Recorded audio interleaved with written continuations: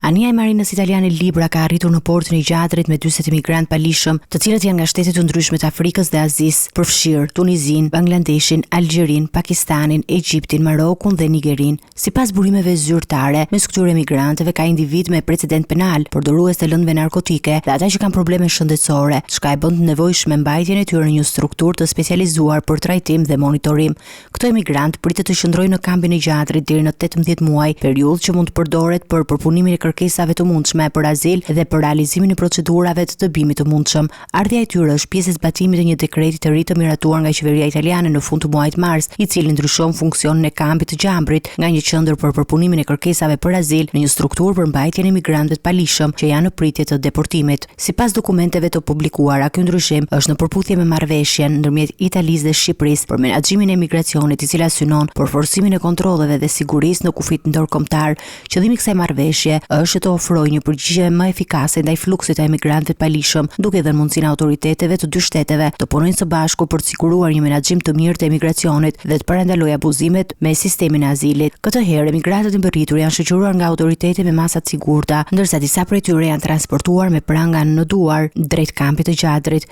Ky operacion thekson përpjekjen e vazhdueshme të qeverisë italiane për të forcuar kontrollet dhe për të ndalur kalimin ilegal të kufive, si dhe për të mundësuar një trajtim më të drejtpërdrejtë dhe të shpejtë për ata që kërkojnë azil apo janë të detyruar të kthehen në vendet e tyre të origjinës.